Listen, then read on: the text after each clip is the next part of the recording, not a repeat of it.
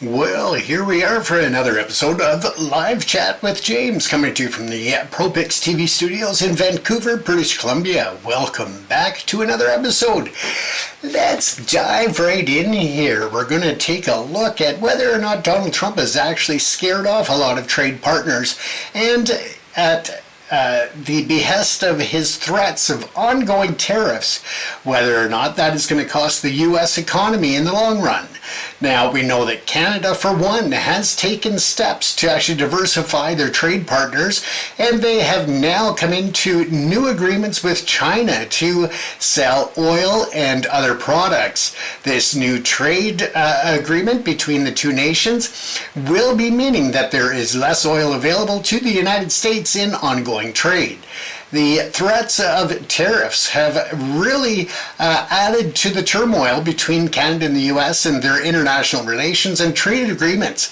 Now, Trump, of course, has gone on the record of saying that the Canada-U.S. trade agreement, or the Canada-U.S.-Mexico trade agreement, is a horrible agreement, and he has no idea who would have entered into such an agreement. And yet the truth is that it was actually Trump in his last term that renegotiated the terms of the what was at the time the North American Free Trade Agreement, and then renamed to be the United States-Canada-Mexico Agreement. Now, of course, this has just been the tip of the iceberg when it comes to upsetting the international community.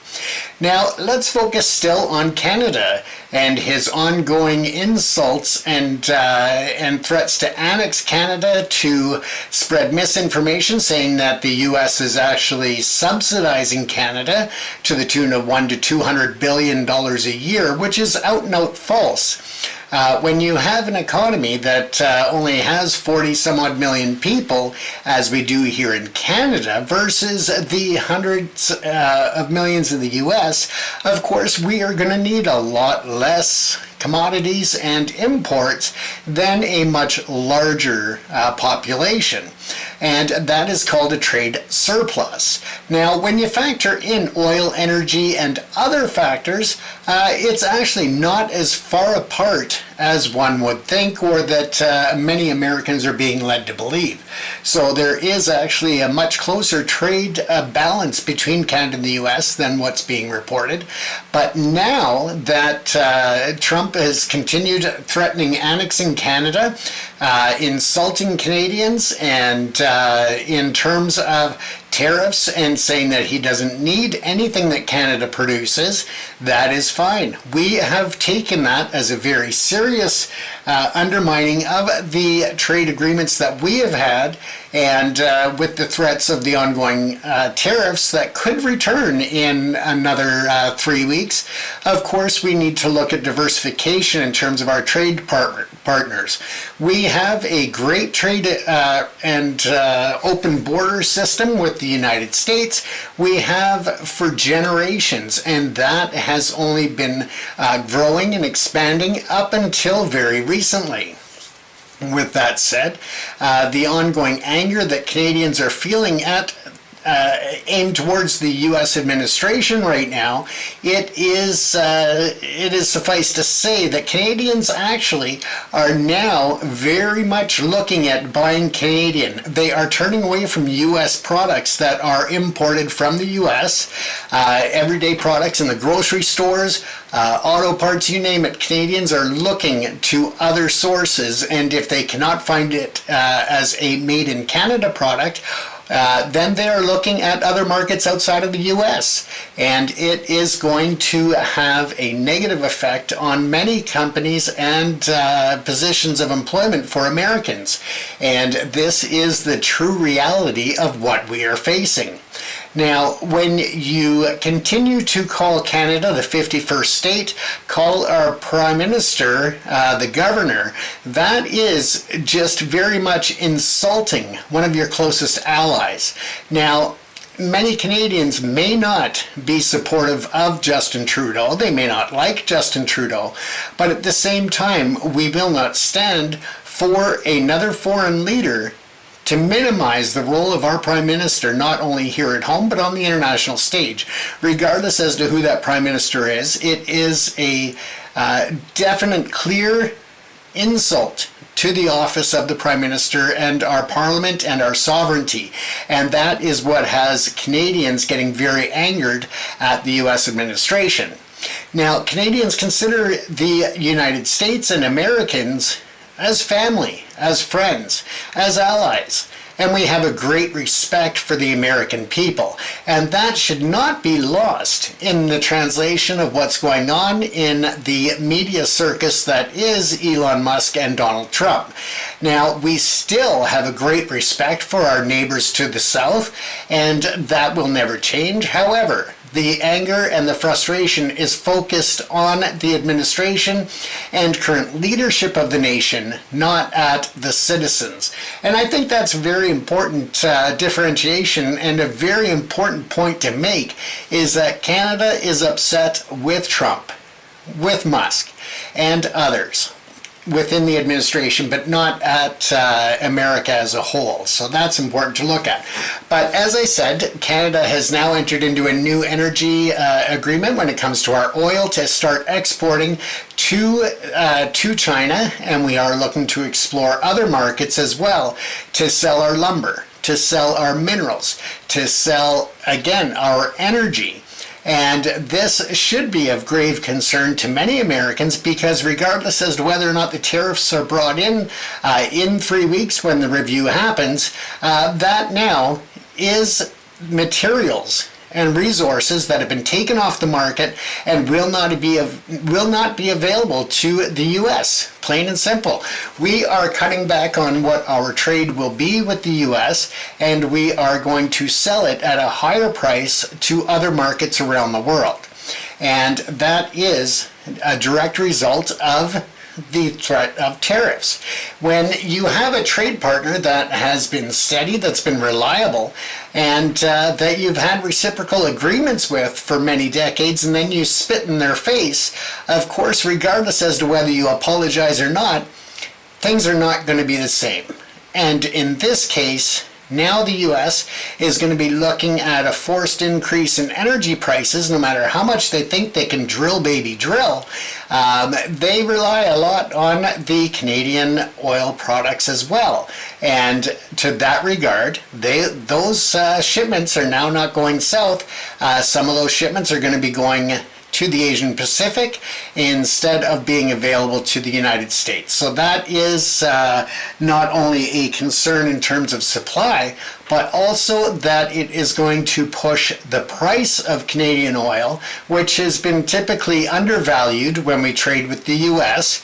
But now that we are opening it up to foreign markets, that's going to increase the price to America as well. And that should also be of concern to Canada and the US in the fact that we are going to be much less reliant on each other when it comes to the economy and our trade. Now, we do anticipate that the U.S. will pull back on available imports that are coming in from the U.S. as a result in a retaliatory action by Trump as his feelings get hurt. But again, he has no one to blame but himself for the current situation that we find ourselves in. So once again, we also export a lot of lumber. We export a lot of rare or even common earth minerals and other items. And now we are again seeking international trade on the open markets and other agreements that we are going to shift away from supplying those to the United States, because we can no longer count on the United States as a reliable trade partner. We cannot have trade agreements and supply networks that are just volatile and open to change at any given moment, depending on what side of the bed the orange dictator wakes up on. So again, we cannot have our trade reliant on the moods and the mood swings of President Trump. We cannot risk having our trade interrupted and our markets fluctuate based on how much Xanax or other drugs Elon Musk is doing, and the fact that Canada right now is in a situation that many nations are finding themselves in, and that is with Doge going into the U.S. Treasury. Now, many Americans may not consider the fact that we have international tax treaties with the United States. We have trade agreements. We have border information when people cross the borders, that data that they may answer questions or be screened going across the border. All of this information is stored and secured in different databases within the federal government of the United States of America. Now, of course, this is a grave concern to many nations, including Canada, who at this point, the Royal Canadian Mounted Police, the federal department, as well as the Canadian Security Intelligence Service, is investigating the breach of the data at the U.S. Treasury and other areas when it comes to the point or the angle that it is impacting Canadians. Now, through the trade agreements, through our tax treaties, through conventions, through privacy laws, and other acts that were agreed upon with the trade and open flow of information between the two nations for security, for revenue generation, for revenue collection, taxation, and so forth. This is a big concern that much information has now been breached. The data has been breached of Canadian citizens and Canadian corporations. What Elon Musk and his Doge team decides to do with that data or has done with that data, we don't know. Have they created a backdoor to the databases and all of that information? Have they put it onto proxy servers so they still have access to it? Have they done anything else within the systems? We don't know what they're doing with that data, but it is not only a breach of the U.S. Treasury systems, but it also includes the breach of data that is collected from foreign citizens and foreign corporations in relation to tax treaties and other agreements that are in place. Under such agreements, it is by law that those databases and the personal data and corporate data that is collected by the U.S. for the reporting of revenue or other trade secrets, patents, and so forth, now that has been obtained by Elon Musk, by Doge, and whether or not that information, both of Americans and Canadians, is being utilized to train the Grok, or however the hell you call his AI system. Now, if that is being used as a learning machine or learning system for his AI, that gives him an unfair competitive advantage over not only U.S. companies that are training systems for AI, but also internationally. Now, data is a very valuable commodity on both local, national, and international markets. Now, you look at some airlines and their points programs and their membership programs are actually more valuable than the airline in itself. So that just gives you some context as to how valuable data can be. And this is only expanded in the area of training AI systems and machine learning. So, of course, that data is extremely valuable, and that is why it needs to be guarded and it needs to be protected.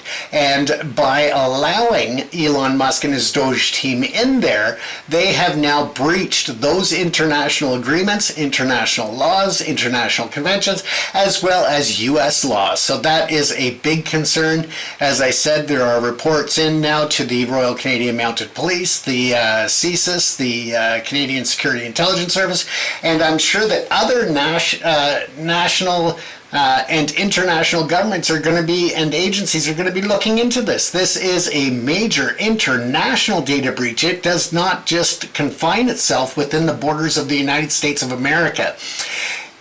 I don't think that a lot of media has actually gotten into this for the simple fact that it's been overlooked. They don't realize how much data is stored on those systems of foreign nationals and foreign corporations, and that should be a very big concern when it comes to protectionism, when it comes to unfair business practices, when it comes to competitive advantage that Elon Musk and his team has now that they've accessed the information of not only every American but also foreign nationals, in the ability to take that data, feed it into his Grok AI, and use that as a training data set in order to advance his systems over the competition. That should be a big concern as well, and I don't think that people understand that the AI technology, the machine learning, the data sets, and the value of their personal information, their corporate information, and how it could be misused now that it's been exposed to entities outside of those who are legally allowed to access it. So again, that's something that needs to be taken very serious by the world, not just Canada, not just the US, but internationally. The U.S. has tax treaties and other agreements with nations around the globe, and that is concerning. When you look at foreign trade, of course, the Treasury Department has a lot of proprietary and confidential information when it comes to international trade with various corporations. By allowing Elon Musk to access that, it gives an unfair advantage to Twitter, to X, to Starlink, and to Tesla. So all of this information actually is helping for Elon Musk to build value within his companies. Now, another question that needs to be asked is who is paying the Doge team? Now, we know that there is, for example, one high school graduate that spent time on an internship with Elon Musk in one of his companies. This is a 19-year-old, and he's actually Canadian. Goes by the name of Big Balls online, so it shows you the real seriousness of these kids that are playing with the international data that they have exploited. But it also goes to show that at this point, anything is possible in the United States if you have the money and the power. Now, it should also be highlighted that with Benjamin Netanyahu the other day, Elon Musk was speaking to the media prior to Netanyahu meeting with Trump and having his joint conference, press conference and briefing at that point. But prior to that, when when Elon Musk and Netanyahu were talking to the media, and Netanyahu said that he understands by U.S. law that Elon Musk is unqualified or uneligible, I should say, not to mention unqualified, but let's go with ineligible to become president of the United States, in which Elon Musk quipped unofficially he could become president of the U.S. and officially he couldn't become the president. Now, I think that's very telling as to where he considers himself in the pecking order of the United States administration right now. He considers himself the unofficial president of the United States of America, and this is a concern that he is not an elected official. He has been given the keys to the mansion. He has been given the access to the personal and business information of every entity within the United States and within the world when you look at the tax treaty information that he has now breached. Now, this is just the tip of the iceberg as to what could be done with that data. As I said, he could be using it to train his AI systems, giving him the unfair competitive advantage over other AI companies in the US and around the world, but it also could be used to threaten, extort, or in many other ways influence the American processes, the American policy, and the way things move forward in so many aspects of American life. So anybody that doesn't think that the threat is real by the Doge team and Elon Musk having access to unfettered amounts of personal and corporate information is kidding themselves. Now, let's also take a look, as I touched on already, the fact that the unfair business practices, the unfair competitive advantage, and the breach of corporate and trade policy is astronomical in terms of the reach. Now, with his access to these databases, it gives him proprietary application information on patents, on copyrights, and so much more of his competition. He can extrapolate all of that data and use it to his advantage and actually challenge patents and other copyright information prior to it actually being fully vetted and accepted into the applications being accepted and approved.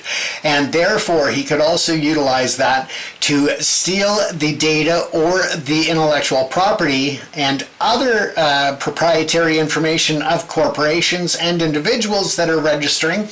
And he can take all that information. He can force the U.S. government to deny the patents and copyright information and turn around and file the patents himself, making himself just astronomically more valuable and rich than he already is. So when you look at that access to information, that is very alarming.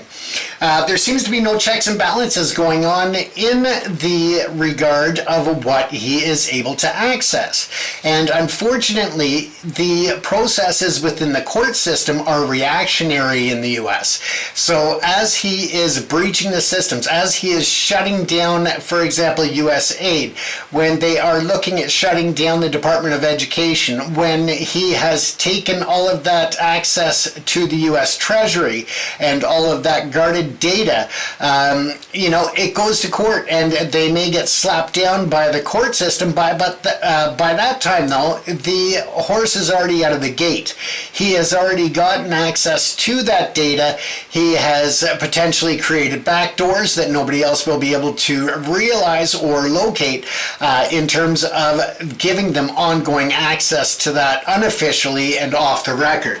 So these are just a few of the concerns that are going on. And this, if you're missing the point, these concerns from an international aspect also play into trade with the United States of America. With the lack of confidence in the security of data within the United States systems, less and less corporations or international partners are going to want to release information that may be required under trade agreements or under protection, security, and other reasons. But again, because that information now is no longer considered secure at the hands of the U.S. government, that is going to push more investment, more foreign trade away from the United States markets, and that again should be concerning. When you look at the push towards a crypto market or a sovereign wealth fund, that also should be alarming to Americans as it is to other nations. And the reason for this is because as they have control over these markets, of course, we need to watch and see how it plays out and what cryptocurrency platform. Is it going to be Ethereum and Bitcoin? Is it going to be Solera? Is it going to be any of these other crypto platforms? Or is it going to be a proprietary and newly minted platform or cryptocurrency that's going to be utilized through that sovereign wealth fund and through the U.S. Treasury? We have to wait and see how that plays out, but it should also be concerning that the For example, I know of one crypto account that has been affected and dropped almost 45% in value since Trump and Musk took office. And whether or not they can manipulate the markets going forward and be a part of those markets outside of the U.S. government and the U.S. Treasury, that again creates a personal wealth building of these individuals that are involved, and that again should be concerning to the international market because it can play a very big role in the manipulation of the crypto markets, of the cryptocurrency in itself. And regardless as to where you sit on that, as I said, since Trump and Musk have come into control, some crypto wallets have dropped 45% in valuation just in that less than a month. And that is very, very concerning because at this point, when you look at the markets moving away from trade with the U.S. as a result of the ongoing threats and the reliability issues of the U.S. trade, again, that's going to play in all markets, and that will also have an impact on the cryptocurrency markets and such. Now, when you look at international trade and how the different investment cycles work and such, it also should be concerning as to whether or not there is a full transparency of what's going on. Now, Elon Musk had promised transparency. Donald Trump had promised a higher level of transparency, and yet we don't see that happening. Instead, what we see is a lot of corruption and a lot of mismanagement, a lot of issues that are going to cost the American taxpayers hugely in the end, because there is going to be an ever-flowing level of civil litigation that's going to go on, not only in challenging all of these laws and all of these shutting down of what are supposed to be independent agencies, but also the unlawful and irresponsible removal of individuals from their positions of employment, including retaliatory attacks on members of the FBI who were simply doing their job in the investigations that took place under the former administration. Now, these individuals may have been working under, various orders by the government as they were supposed to do, but because they were targeting or going after legitimate investigations against Donald Trump or others in that administration, now that he is back in office, he's retaliating. People are losing jobs, and yet they were just doing the job that they were hired to do. So the retaliation is real, and no matter how much Kash Patel turns around and says it's not, and that he will protect every worker at the FBI from retaliation, it is very clear that his actions have shown otherwise. If it wasn't for certain judgments within the federal court system and right up to the Supreme Court of the United States, there would be even more unfettered control and craziness going on. But at this time, again, what the focus should be in terms of this conversation is how it is impacting the international trade. And as I said, Canada has now signed a new agreement with the Chinese to buy oil and other energy, natural gas and so forth, that had previously been going to markets in the United States. Now that's going to take that opportunity or that level of product off of the market to the United States. They now will not have access to that, even if they come back and guarantee that there will not be any more duties, any more tariffs, I should say. As I said, the horse has been let out of the barn already, and now there is a breach of trust between Canadians and the American administration. So that is breaking down our trade that we have so openly and enthusiastically had between the two nations for decades. And within a month, that has been basically completely undermined. So again, with that, Canada, as I said, the lumber markets, when we look at Canadian lumber, it is utilized in construction and so much more in the U.S. Trump said he doesn't need it. He says the U.S. does not need anything that Canada supplies, and Canada is holding true to those words and looking to sell it to other markets. What does that mean? That means less supply will be available to the U.S. market. That means that even without tariffs, the prices and the value of those commodities and those items are going to go up substantially, and the U.S. will be paying more and getting less access. And again, that is just what happens when you threaten your allies, when you have trade agreements that you personally were involved in negotiating, and you renege on those agreements in breach of international laws and international trade agreements. You are, just to look in the mirror to find the person to blame. Now, we know that that is not Trump's style. He will find a way to blame the Biden administration and everybody else. He's going to blame the historically horrible trade agreement that was in place when he took office in January of this year, and yet he is the one that actually negotiated it, and he doesn't want to bring that fact up. Now, when you look at the breaches of human rights and the fact that he is looking to ship U.S. Inmates to countries such as El Salvador to put them within those penal systems and those institutions, again, that's a breach of human rights. It's a breach of U.S. law, and it also shows that the world sitting outside looking in, it does not have confidence in the stability of the administration at this time. There seems to be a lot within the Senate and such that is just bending over and taking it from Donald Trump as he gives it, and they have absolutely no interest in challenging him to holding accountability to the level in which it should be at, and they definitely are not challenging him or Elon Musk, and that has been left to the court system to do. Again, that causes a lot of issues within the international trade, within the international confidence in the U.S. system, and that is once again going to bite America in the ass, unfortunately, because when you take that into account, it is a major issue when it comes to the the loss of jobs that it's going to have in America. So Canadians personally feel bad about that,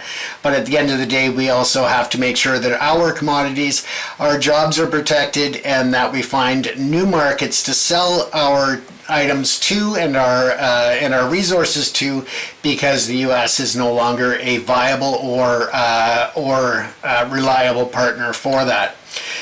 With that said, though, folks, I wish you all a great day. This has been another live episode with James here. So live chat with James coming to you from the ProPix TV studios in Vancouver, British Columbia. If you have any suggestions for topics, by all means, feel free to share them in the comment section below. And if you like what you're seeing here, don't forget to like, follow, and subscribe. Of course, the subscriptions are free, but it helps us to gain a wider audience as we grow and expand. We definitely can bring more to you. If you once again want to be a part of the conversation, join us in our live sessions, or feel free to comment on the recorded replays on all of our platforms. We are now on Substack. We are on Blue Sky. We are on all of the major platforms, so feel free to join us in all of the platforms in which we're on. Our live shows are also replayed on our podcasting networks on both Spotify, Apple, Amazon, and most other platforms around the world. So feel free to download your podcast and take it on the go with you instead of sitting here watching. You can listen to it in the car, in the office, at the gym, or wherever else you want to enjoy your podcasts. Once again, you've been watching James Kuzno. This is Live Chat with James coming to you from Vancouver, British Columbia at the ProPix TV studios. Take care, everyone. stay safe, and thanks for joining us.